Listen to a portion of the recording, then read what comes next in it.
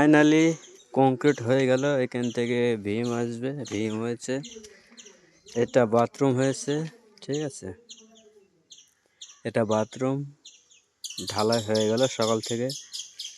আর এটা পুরো হল, ওখান থেকে পুরো সোজা ওয়াল আসবে, ভীম সোজা লেভেল। আর এই যে দোতলার কাজ চলছে, ঢালাই হয়ে গেল ফাইনালি।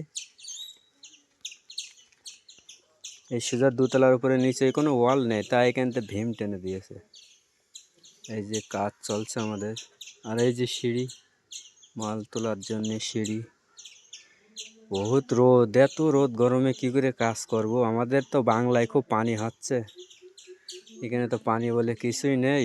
খুব রোদ গরম, কি করে কি করব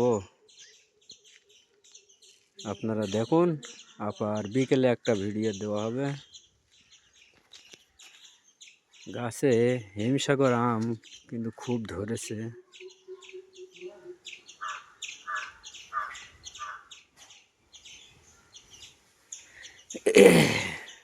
তো আমাদের দোতলার পরে কাজ চলছে, এটা হয়েছে, অসুবিধে নেই। আর পরে গাঁথনি হবে, সব ব্লক রয়েছে। এখন বালি মশলা তুলে আবার গাঁথনি করতে হবে।